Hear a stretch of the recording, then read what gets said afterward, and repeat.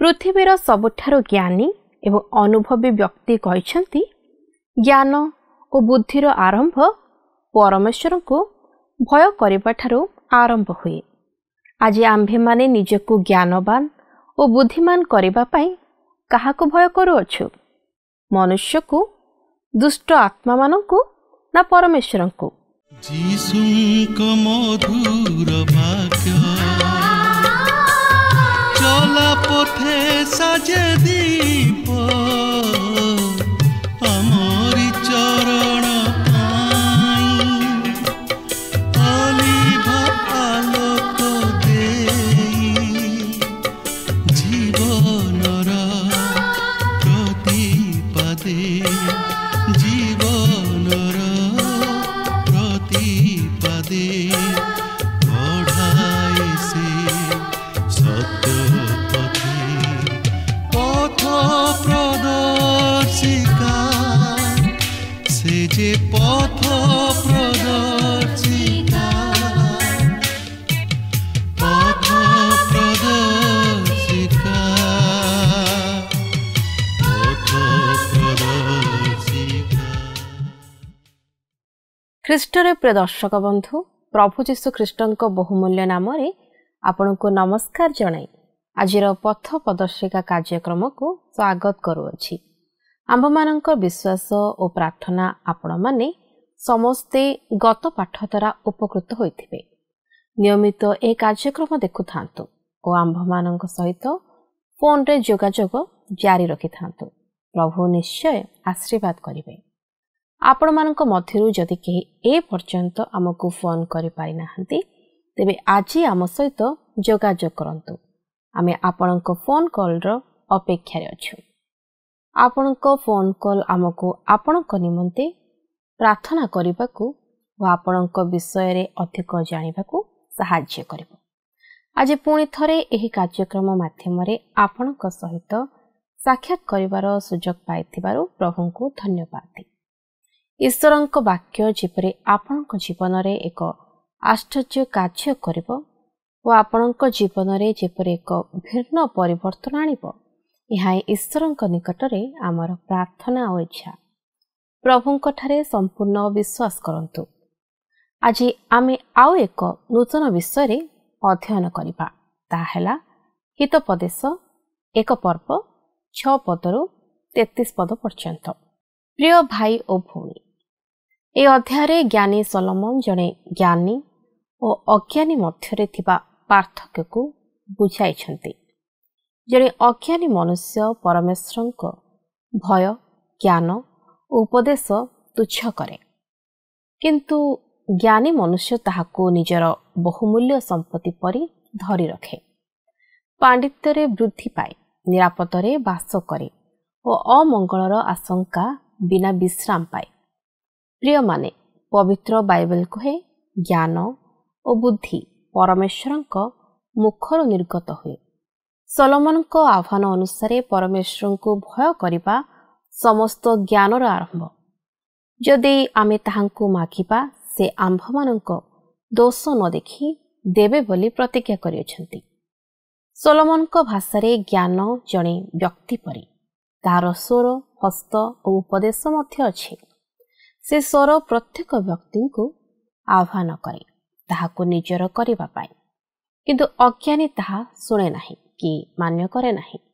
तेणु घूर्णिवायु परि हठात विपद, आशंका, क्लेश, वेदना ता जीवन को आसे तो शेष रे से ज्ञान रूप व्यक्ति को मन पकाए।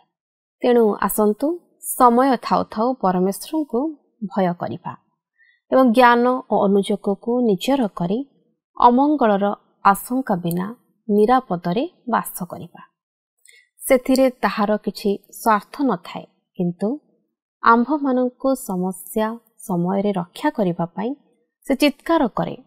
जो माने ताको प्रेम करंती सेमाननको पाई से आश्रय स्वरूप, किंतु जे पर्यंत आंभ मानक ठारे प्राणवायु अछि से पर्यंत ही से आंभ मानकर साहाय्य स्वरूप हेबे। आसंतु ए विषय रे अधिक शिक्षा करिबा पूर्व गोटे भक्तिमूलक गीत शुणिबा। प्रेम को नीति स्मरुथिले सेही देव मने शांति क्रूसर नामकु नीति घोषुथिले लभिब जीवने मुक्ति क्रूसीय प्रेमकु नीति स्मरुथिले सेही देव मने शांति क्रूसर नामकु नीति घोषुथिले लभिब जीवने मुक्ति क्रूस हेउ पुणी आशार आलोक क्रूस हेउ पुणी आशार आलोक भांगी पाप दुख बंधन वाक्य हेउ आम पथ प्रदर्शक क्रूस हेउ आम स्वप्न क्रूस दूरे नेब सफलर दुख आपत्ति मेरा छन्न वाक्य हेउ आम पथ प्रदर्शक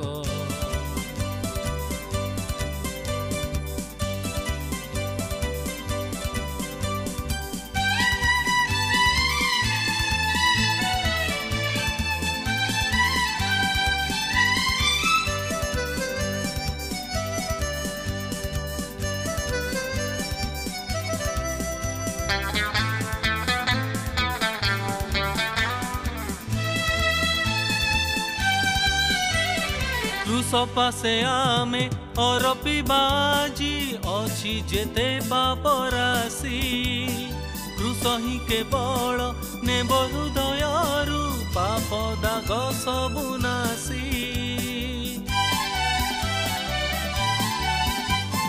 क्रूस पासे आमे और पिबा आजी अच्छी जेते पाप राशि क्रूस ही केवल नेब हृदयरु पाप दाग सबु नासी क्रूस हेउ आम पथर प्रदीप। आसନ୍ତୁ ବର୍ତ୍ତମାନ ଆମେ ପ୍ରଭୁଙ୍କର ବାକ୍ୟ ମଧ୍ୟକୁ ଯିବା। ଆଜି ଆମେ ହିତୋପଦେଶ ପୁସ୍ତକର ପ୍ରଥମ ପର୍ବର 6 ପଦରୁ ଆରମ୍ଭ କରି 33 ପଦ ପର୍ଯ୍ୟନ୍ତ ଅଧ୍ୟୟନ କରିବା ନିମନ୍ତେ ଯିବା। ଏଠାରେ ମୁଁ ଆପଣଙ୍କୁ ସ୍ମରଣ କରାଇ ଦେବାକୁ ଚାହେଁ ଯେ ଗତ ପାଠରେ ଆମେ ହିତୋପଦେଶ ପ୍ରଥମ ପର୍ବର 5 ପଦରେ ଏକ ଆହ୍ୱାନର ବିଷୟ ନେଇ ଆଲୋଚନା କରିଥିଲୁ, ଯାହାକି ରାଜା ସଲୋମନ କହନ୍ତି ଯେ ଆପଣ ଯଦି ଜ୍ଞାନବାନ ତାହେଲେ ଆପଣ ଏହି ପୁସ୍ତକରେ କୁହାଯାଇଥିବା ବାକ୍ୟ ପ୍ରତି ଆପଣର କର୍ଣ୍ଣ ଡେରିବେ। ଏହି ପୁସ୍ତକରେ ଈଶ୍ୱରଙ୍କ ଆତ୍ମାଙ୍କର ଅନେକ ପସନ୍ଦଯୋଗ୍ୟ ବିଷୟ ସବୁ ରହିଅଛି, ଯାହାକି ସେ କହିବାକୁ ଯାଉଅଛନ୍ତି। ସେହିସବୁ ମହାନ ସତ୍ୟ ଯାହାକି କ୍ଷୁଦ୍ର ବାକ୍ୟରେ ପ୍ରକାଶ କରାଯାଇଅଛି। ତେବେ ଆଜି ମଧ୍ୟ ଆମେ ତହିଁର କ୍ରମଶଃ ଅଧ୍ୟୟନ କରିବା ନିମନ୍ତେ ଯିବା।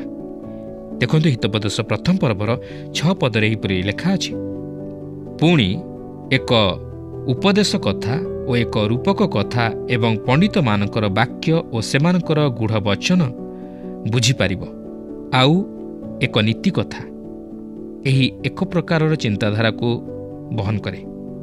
ହିତୋପଦେଶ 25 ପର୍ବର 2 ପଦରେ ଲେଖା ଅଛି, ବିଷୟ ଗୋପନ କରିବା ପରମେଶ୍ୱରଙ୍କର ଗୌରବ, ମାତ୍ର ବିଷୟର ଅନୁସନ୍ଧାନ କରିବାର ରାଜାଙ୍କର ଗୌରବ।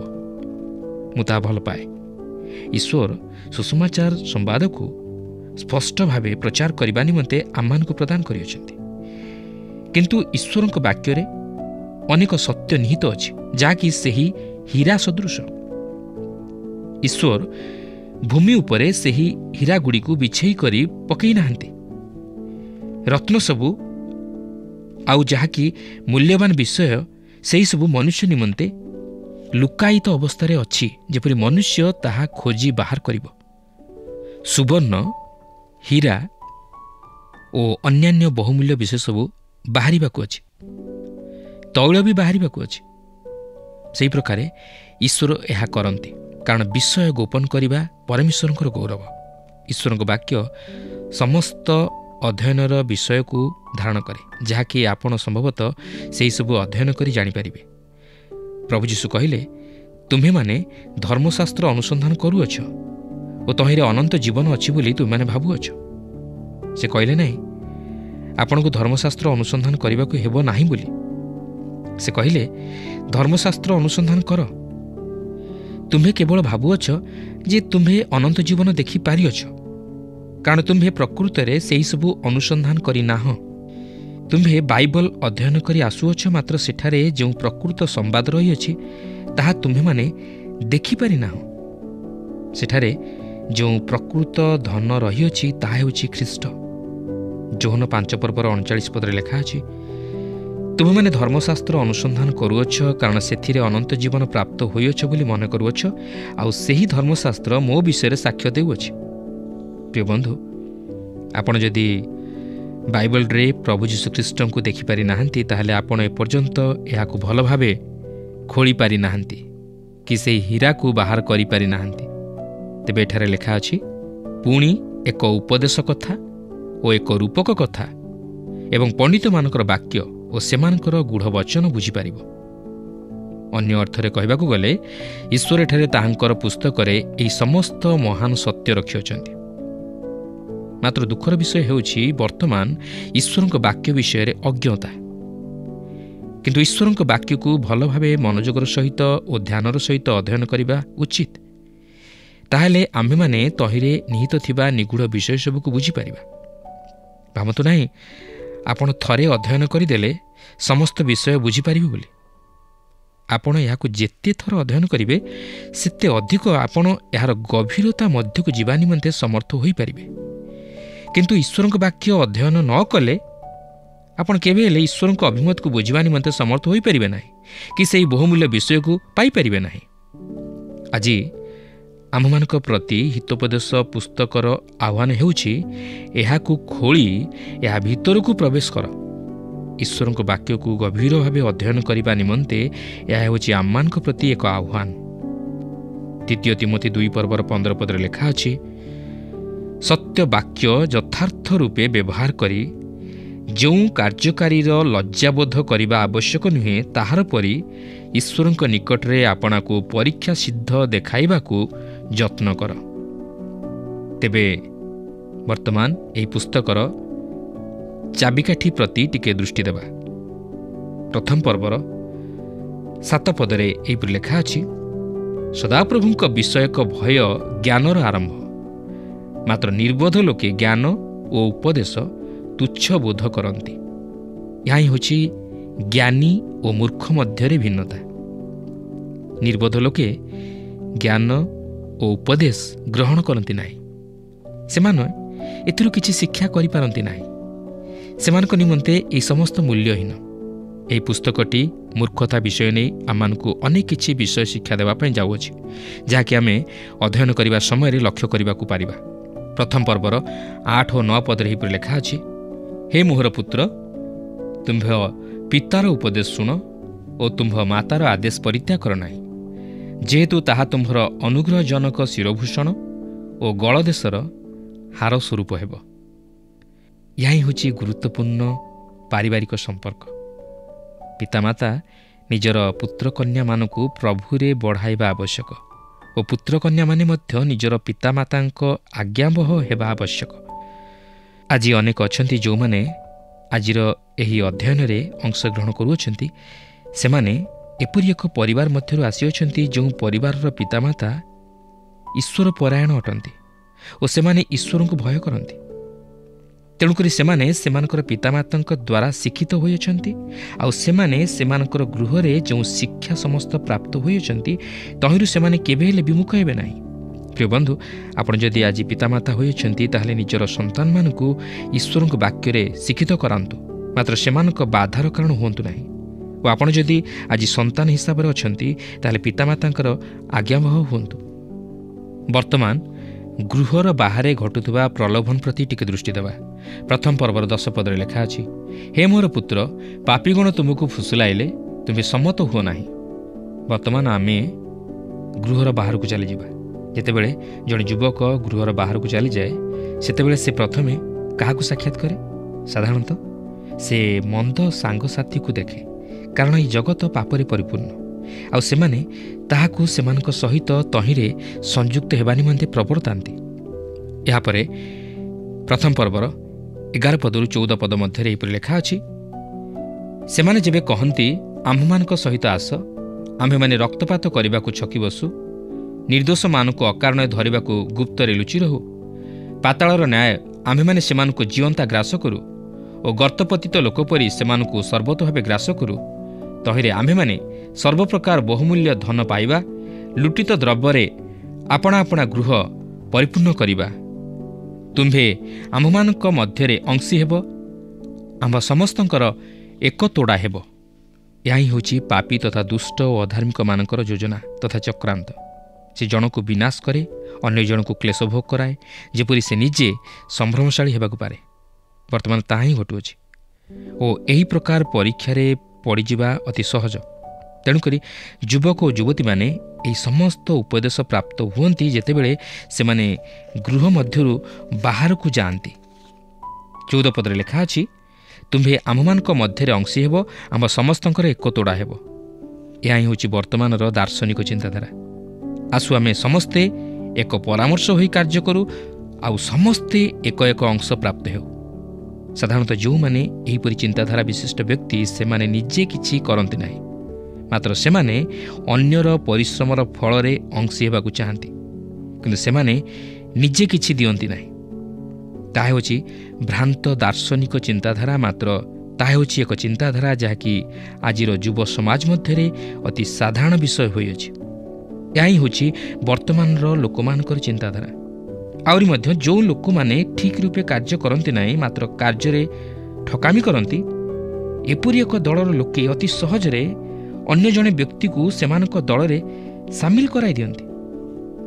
ସେମାନେ ଯେପରି ଦରମା ପାଆନ୍ତି ତଦନୁଯାୟୀ କାର୍ଯ୍ୟ ବା ପରିଶ୍ରମ କରନ୍ତି ନାହିଁ, ଆଉ ଏହିପରି ବିଷୟ ସହିତ ସହଯୋଗ କରିବା ଅତି ସହଜ ବିଷୟ, କାରଣ ଏହା ହିଁ ହେଉଛି ମଣିଷର ଦୁର୍ବଳତା। ପ୍ରଥମ ପର୍ବର 15 ପଦରେ ଏହିପରି ଲେଖା ଅଛି, ହେ ମୋହର ପୁତ୍ର, ତୁମେ ସେମାନଙ୍କ ସଙ୍ଗେ ସେହି ପଥରେ ଚାଲ ନାହିଁ, ସେମାନଙ୍କ ପଥରୁ ଆପଣା ପାଦ ଅଟକାଅ। ଏହା ହିଁ ହେଉଛି ଏକ ପ୍ରକାର ପୃଥକୀକୃତ ଜୀବନ, ଯାହାକି ଈଶ୍ୱରଙ୍କ ସନ୍ତାନମାନେ ଜୀବନଯାପନ କରିବା ଉଚିତ।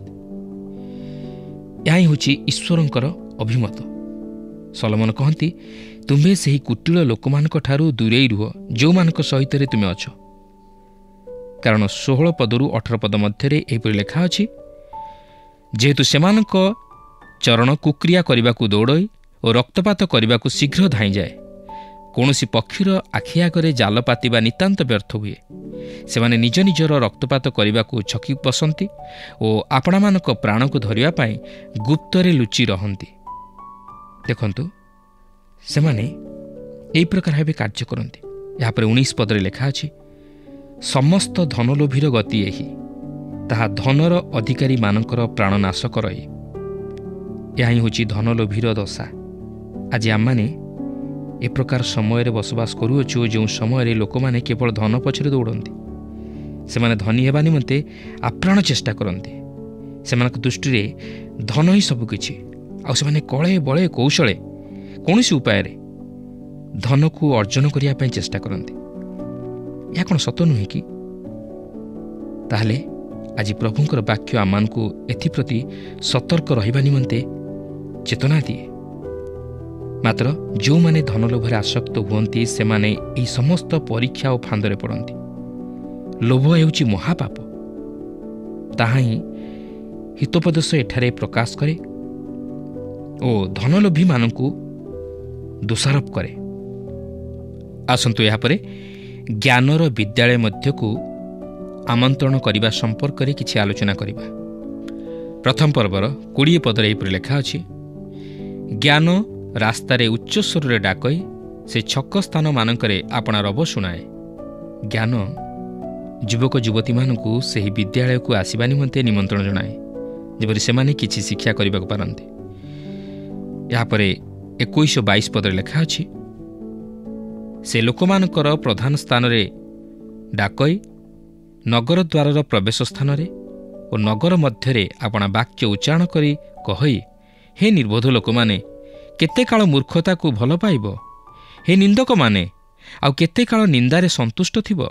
ହେ ମୂର୍ଖମାନେ, ଆଉ କେତେ କାଳ ବିଦ୍ୟାକୁ ଘୃଣା କରିବ? ନିର୍ବୋଧତା ହେଉଛି ମୂର୍ଖତା। ଆଜି ଅନେକ ଯୁବା ଯୁବତୀ ଏହିପରି ନିର୍ବୋଧତାରେ ଆଚରଣ କରି ମୂର୍ଖ ହୋଇଯାଇଛନ୍ତି। ସେମାନେ ନିଜର ହିତାହିତ ଜ୍ଞାନ ହରାଇ ବସିଛନ୍ତି। ମାତ୍ର ସେମାନେ ଜ୍ଞାନର କଥା ଶୁଣିବାକୁ ପସନ୍ଦ କରନ୍ତି ନାହିଁ।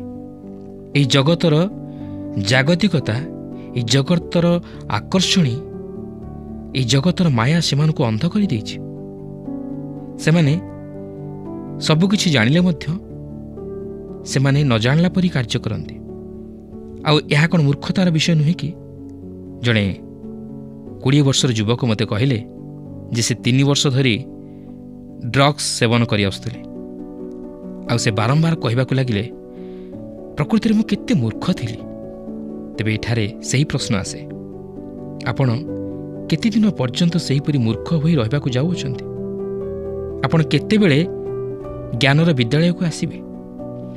ଅନେକ ସମୟରେ ଯୁବା ଯୁବତୀମାନେ କହନ୍ତି ଯେ ଏବେ ଯୌବନ ଅବସ୍ଥା, ଏବେ ମୁଁ ଭଲ ଭାବରେ ଜଗତକୁ ଉପଭୋଗ କରିବି, ଆଉ ଯେତେବେଳେ ମୁଁ ବାର୍ଦ୍ଧକ୍ୟ ଅବସ୍ଥାରେ ଆସି ପହଞ୍ଚିବି ସେତେବେଳେ ଏହି ଜଗତ ପ୍ରତି ମୋର ବିତୃଷ୍ଣା ଆସିଯାଇଥିବ, ଆଉ ମୁଁ ସେତେବେଳେ ପ୍ରଭୁଙ୍କର ନିକଟବର୍ତ୍ତୀ ହେବି। କିନ୍ତୁ ତାହା ପୁରାପୁରି ଭୁଲ ଚିନ୍ତାଧାରା। ପ୍ରଭୁ ଚାହାନ୍ତି ଯେ ଆମମାନଙ୍କର ଏହି ବହୁମୂଲ୍ୟ ସମୟକୁ, ଏହି ଯୌବନ ସମୟକୁ ଆମେ ପ୍ରଭୁଙ୍କ ଉଦ୍ଦେଶ୍ୟରେ ଅର୍ପଣ କରୁ। କାରଣ ଯେତେବେଳେ ଆମମାନେ ଏହି ଜଗତରେ ଯେକୌଣସି କାର୍ଯ୍ୟ କରିବା ପାଇଁ ଚାହୁଁ, ସରକାରୀ କ୍ଷେତ୍ରରେ ହେଉ ବା ବେସରକାରୀ କ୍ଷେତ୍ରରେ ହେଉ, ଆମମାନେ କ'ଣ ଚାହୁଁ? ଯୁବା ଯୁବତୀମାନଙ୍କୁ ଚାହୁଁ, ଯେହେତୁ ସେମାନଙ୍କର ଶକ୍ତି ରହିଥାଏ ସମସ୍ତ କାର୍ଯ୍ୟ କରିବା ପାଇଁ, ଆଉ ସେମାନେ ଆଗ୍ରହର ସହିତ ସେହି ସମସ୍ତ କାର୍ଯ୍ୟକୁ କରିବା ପାଇଁ ସମର୍ଥ ହୋଇପାରନ୍ତି। କିନ୍ତୁ ଯେଉଁମାନେ ବୃଦ୍ଧ ଆଉ ବୃଦ୍ଧା, ସେମାନେ ତାହା କରିପାରନ୍ତି ନାହିଁ। ଯଦି ଜାଗତିକ କ୍ଷେତ୍ରରେ ଏ ପ୍ରକାର ହୋଇପାରେ, ତାହେଲେ ଈଶ୍ୱରଙ୍କ ଦୃଷ୍ଟିରେ ଏହା ଆହୁରି କେତେ ଗୁରୁତ୍ୱପୂର୍ଣ୍ଣ ବିଷୟ ନୁହେଁ? ଈଶ୍ୱର ଆମମାନଙ୍କର ଏହି ଯୌବନ ଅବସ୍ଥାକୁ ଚାହାନ୍ତି, ଯେହେତୁ ଏହା ହେଉଛି ଆମମାନଙ୍କ ଜୀବନର ସବୁଠାରୁ ବହୁମୂଲ୍ୟ ସମୟ। ଆଉ ଏହି ସମୟ ଯଦି ଆମମାନେ ପ୍ରଭୁଙ୍କୁ ଦେଉ, ତାହେଲେ ଆମମାନେ ଆମମାନଙ୍କ ଜୀବନରେ ସବୁଠାରୁ ବହୁମୂଲ୍ୟ ବିଷୟ ପ୍ରଭୁଙ୍କୁ ଦେଉ, ଆଉ ପ୍ରଭୁ ତହିଁରେ ସନ୍ତୁଷ୍ଟ ହୋଇଥାନ୍ତି। କିନ୍ତୁ ଆମେ ଯେତେବେଳେ କିଛି କାର୍ଯ୍ୟ କରିନପାରୁ, ଆମମାନଙ୍କର ଚକ୍ଷୁ ଧନ୍ଦଳା ହୋଇଯାଏ, ଆମେ କିଛି ଦେଖିନପାରୁ, ପ୍ରଭୁଙ୍କର ବାକ୍ୟ ଅଧ୍ୟୟନ କରିନପାରୁ, ସେତେବେଳେ ଯଦି ଆମେ ପ୍ରଭୁଙ୍କ ନିକଟକୁ ଆସୁ, ତାହେଲେ କି ଲାଭ? କିଛି ଲାଭ ନୁହେଁ। ତେବେ ପ୍ରଥମ ପର୍ବର 23 ପଦରେ ଏହିପରି ଲେଖା ଅଛି, ମୋ ଅନୁଯୋଗରେ ମନ ଫେରାଅ, ଦେଖ ମୁଁ ତୁମମାନଙ୍କ ଉପରେ ଆପଣ ଆତ୍ମା ଢାଳିଦେବି, ମୁଁ ଆପଣ ବାକ୍ୟ ସବୁ ତୁମମାନଙ୍କୁ ଜଣାଇବି। ଏହା ହିଁ ହେଉଛି ଆଜିର ନଷ୍ଟକଳ୍ପ ଜଗତ ପ୍ରତି ଖ୍ରୀଷ୍ଟଙ୍କ ଆହ୍ୱାନ। ହେ ପରିଶ୍ରାନ୍ତ ଭାରଗ୍ରସ୍ତ ଲୋକ ସମସ୍ତେ, ମୋ ନିକଟକୁ ଆସ, ମୁଁ ତୁମମାନଙ୍କୁ ବିଶ୍ରାମ ଦେବି। ବର୍ତ୍ତମାନ ଆମେ ଏହି ଅଧ୍ୟାୟର ଶେଷ ଭାଗକୁ ଚାଲିଯିବା।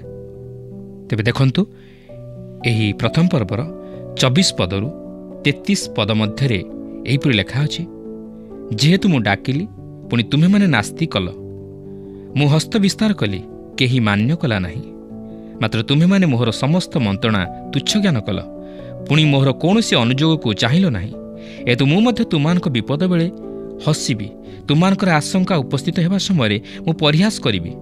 ଯେତେବେଳେ ପ୍ରଚଣ୍ଡ ଝଡ଼ ପରି ତୁମମାନଙ୍କର ଆଶଙ୍କା ଉପସ୍ଥିତ ହେବ ଓ ଘୂର୍ଣ୍ଣିବାୟୁ ପରି ତୁମମାନଙ୍କର ବିପଦ ଆସିବ, ଯେତେବେଳେ କ୍ଲେଶ ଓ ବେଦନା ତୁମମାନଙ୍କ ପ୍ରତି ଘଟିବ, ସେତେବେଳେ ସେମାନେ ମୋତେ ଡାକ ପକାଇବେ, ମାତ୍ର ମୁଁ ଉତ୍ତର ଦେବି ନାହିଁ। ସେମାନେ ଅତି ଯତ୍ନରେ ମୋର ଅନ୍ୱେଷଣ କରିବେ, ମାତ୍ର ମୋହର ଉଦ୍ଦେଶ୍ୟ ପାଇବେ ନାହିଁ।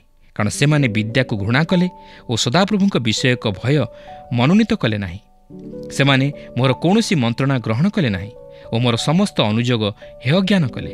ତେଣୁକରି ସେମାନେ ଆପଣା ଆପଣା କର୍ମର ପ୍ରତିଫଳ ଭୁଞ୍ଜିବେ ଓ ଆପଣା ଆପଣା କୁପରାମର୍ଶର ସମ୍ପୂର୍ଣ୍ଣ ଫଳ ଭୋଗ କରିବେ।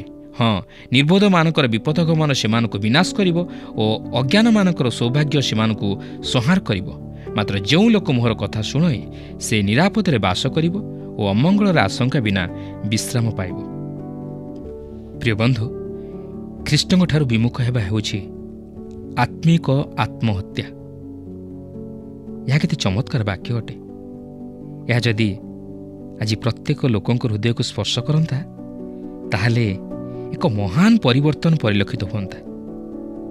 ଆଜି ଆମେ ଏହି ଜଗତରେ ଥିବା ଲୋକମାନଙ୍କୁ ସେମାନଙ୍କର ଧନ ଦ୍ୱାରା ମାପୁ, ଏପରିକି ସେ ଯେଉଁ ଗୃହରେ ରହେ, ଯେଉଁ ଯାନ ବ୍ୟବହାର କରେ, ତଦନୁଯାୟୀ ଆମେ ତାହାକୁ ସମ୍ମାନ ଦେଉ।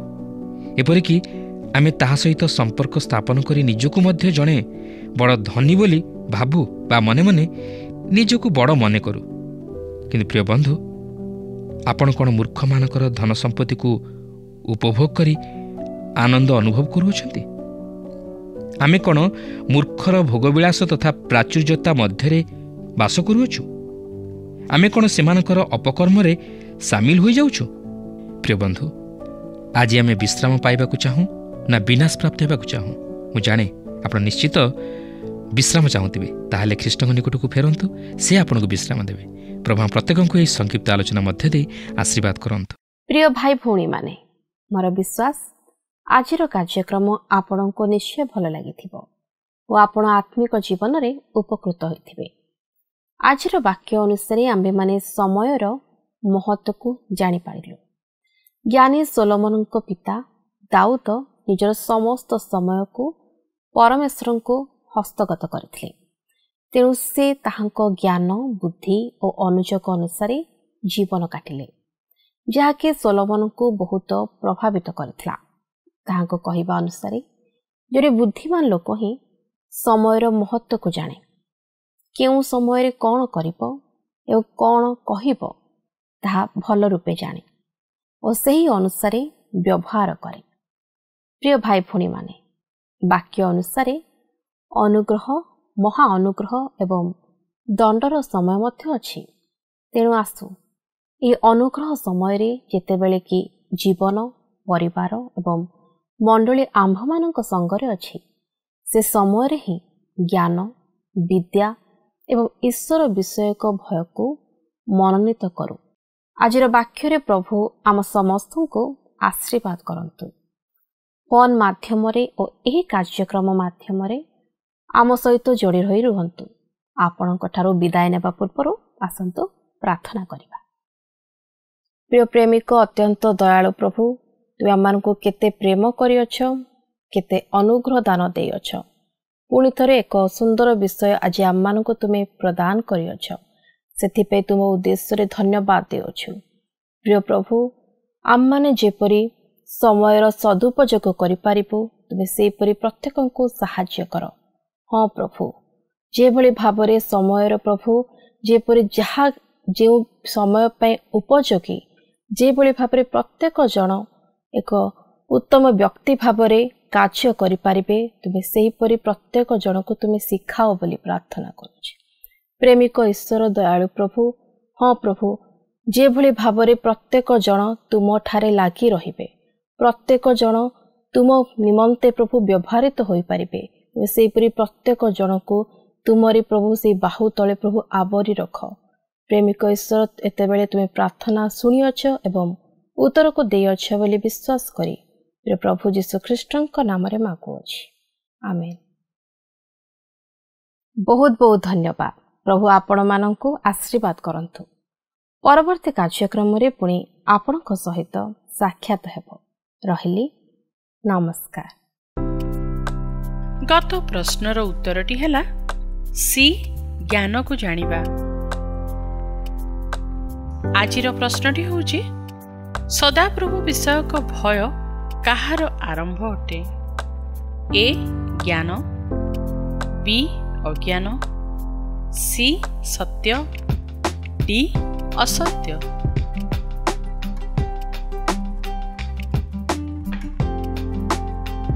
এই প্রশ্নর উত্তর আসন্তা কালি সন্ধ্যা 6টা মধ্যে option A B C D মধ্যরু সঠিক উত্তর বাছি आपणक नाम और संपूर्ण ठिकाना सहित 9777221415 फोन नंबर रे SMS किंबा व्हाट्सएप द्वारा जणाइबाको अनुरोध। जदि आपनको आम कार्यक्रम भल लगुची तेबे 044490812996 रे मिस्ड कॉल दे विजय होई परिबे। गत सप्ताहर विजय दर्शक बंधु हेले गजपति अमरज्योति साननायक और परिवार।